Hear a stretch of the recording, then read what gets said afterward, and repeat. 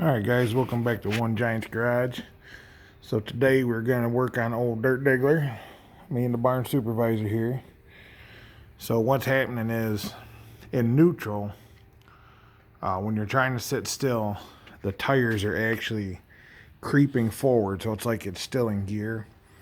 So what we're going to do is pop that cab open, get on our manual, do a little bit of reading for some specs, and we're going to make some adjustments to these steering levers on the inside so that when we're sitting, we're actually sitting.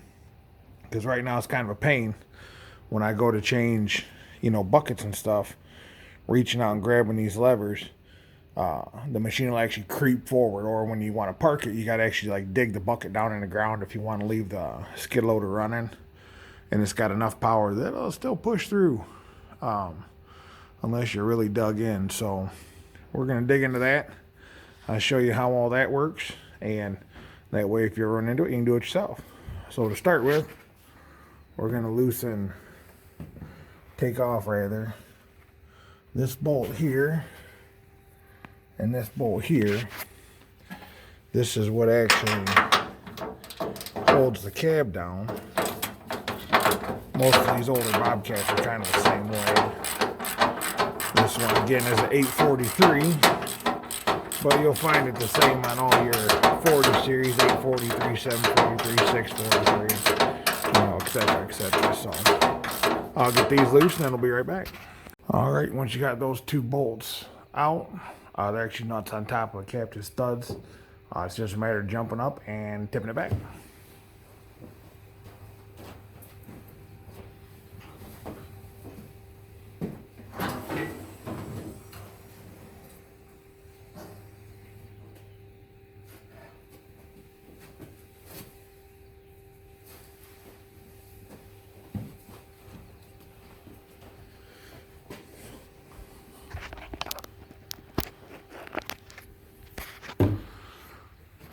Now, those you keen observers will be like, but John, this machine is equipped with a parking brake. It is. The only problem is it don't work. Not sure what's wrong with it. Is what it is. 40-year-old machine. That'll be something we'll dig into later. So normally you would set it like this and it would hold the machine, even if the machine did have a little creep to it. It is not going to this time. So what we're going to be adjusting is all this stuff in here. This piece here, one back here, these little servos here. So when I got this, I believe it was, one of these was totally disconnected. I want to say it was this one right here, so that it just didn't work right. See, what this does is you pull back on your steering levers, it moves this. I think they call that a servo back there. And the other thing that's happening is it's getting a lot of play going backwards, but going forwards not much. So I've got really, really low speeds forward, because you can see you've only got, half inch of play on there. But going backwards, this thing just flies. It probably goes twice as fast backwards as it does forward. And I probably should have power washed the inside of this off the other day. I got it cleaned up before. But so we're gonna set the camera back up, do a little bit of reading. I had to replace some bushings underneath that bolt right there.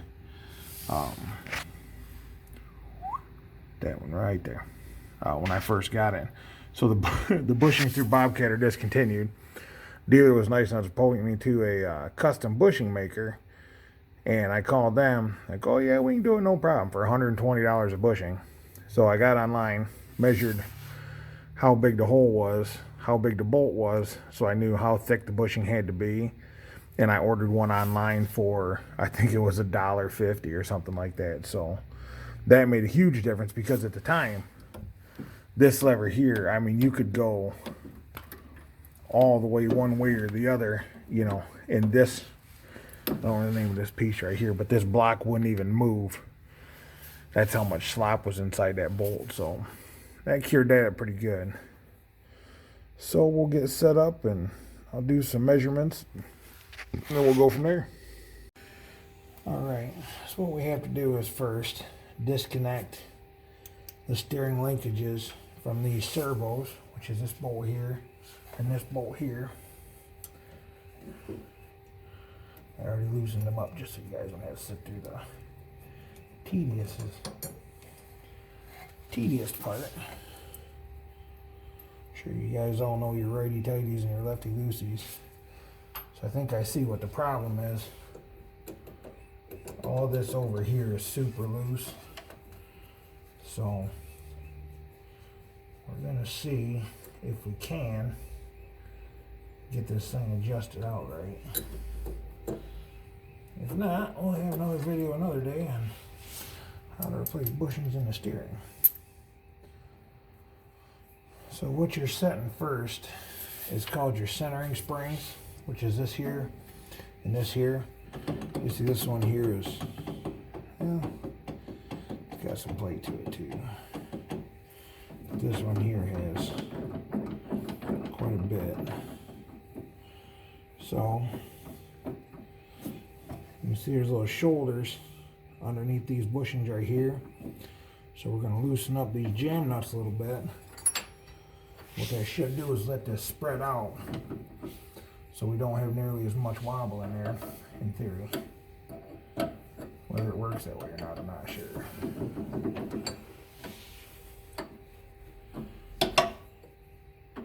And I'm pretty sure we're always going to have some. Like I said, all these bad boys are just, it's just old. Alright, so right there we got no play left. In this part right here, you're looking at these two shoulders.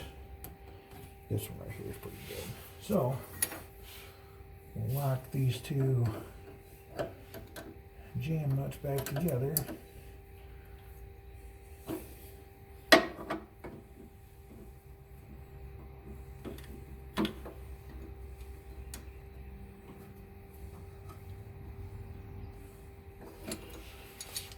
And next we'll set the creep, which is adjusting these right here. Alright, so this part is going to be super sketchy, as it always is. So what we're going to do is we're going to start it up, and you're going to see probably this side over here spin. I've never had the whole, this is the first time I've had the whole machine jacked up off the ground. So I'm not real sure how it's going to act, but then what we're going to end up doing is loosening this, because I can see it's got about the width of this wrench gap right here in this bushing, whereas this one sits flat. So I'm willing to bet we're going to end up winding this out. See how this spring fills it end to end, but this one stops right here. So we're going to widen this out until the wheels stop creeping. So in order to do this, we're going to start it, because obviously it's got to be running at low idle. I am going to do this standing on the ground.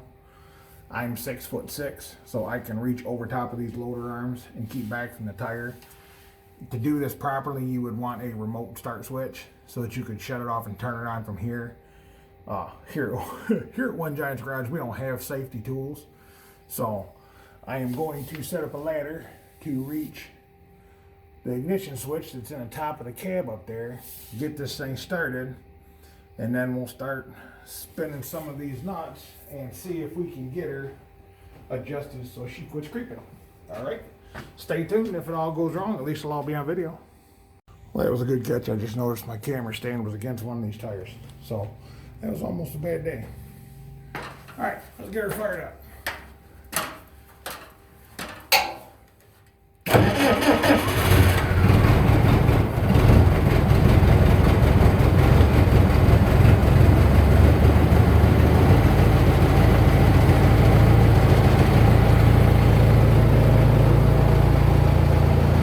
So as you can see,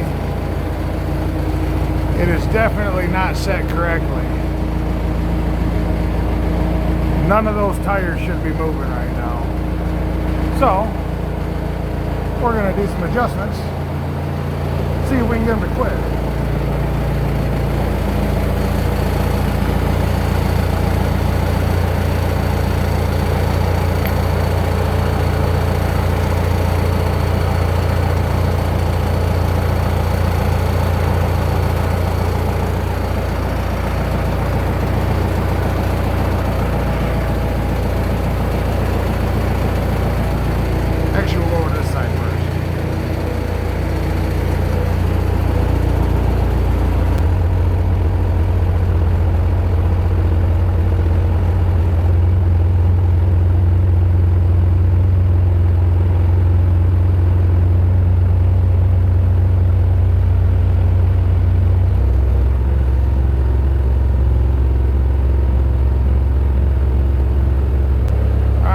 Side was pretty easy. Just a couple little spins. You can see this one still kind of creeping along. That's the creep I'm looking to get rid of.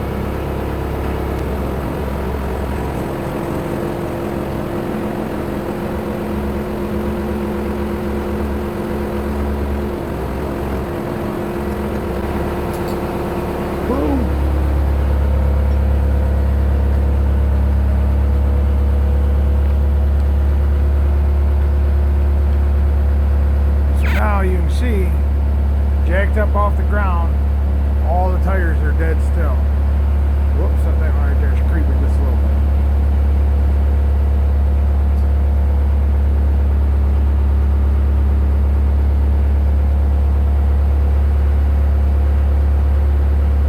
So now, dead still. So now what we'll do is we'll hit the levers forward and back a little bit, make sure they run, stop, run, stop.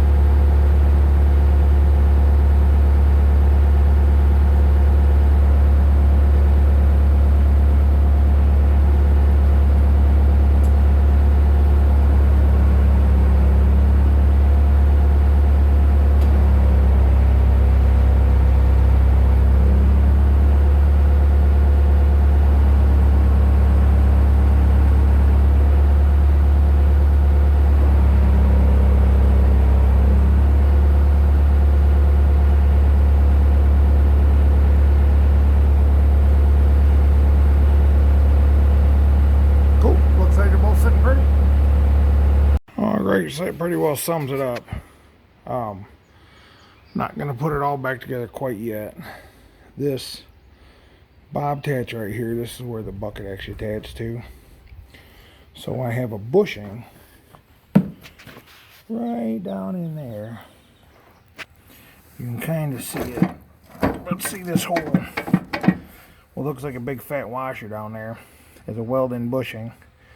It's supposed to be welded in, but it busted out when I was doing a driveway for a buddy of mine.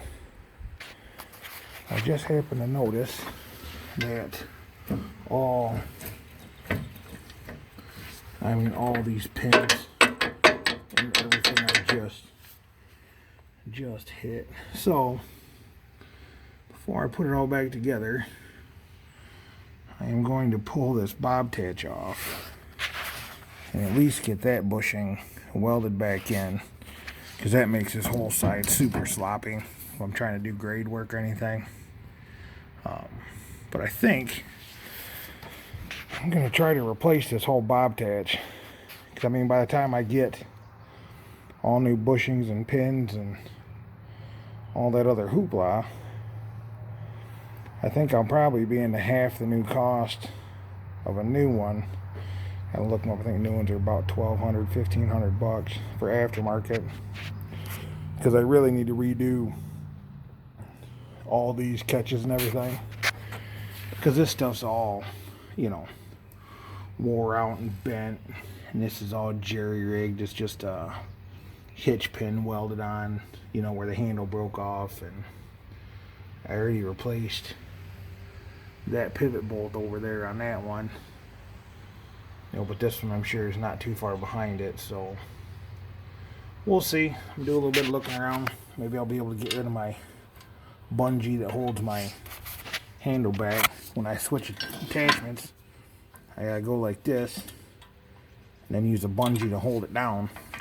Otherwise this handle just flops back down, locks my bucket down before I can get it disconnected. So we'll see. That'll probably be the next thing. But thanks for watching. If you have any questions, shoot me a comment. If you got a machine like this one and you know a good place to get parts, I'd appreciate that info too, because I would really like to replace this back door latch. I repainted the back door, you can't tell, but the back door latch is right now just a stud and a lug nut, and I like the traditional latch.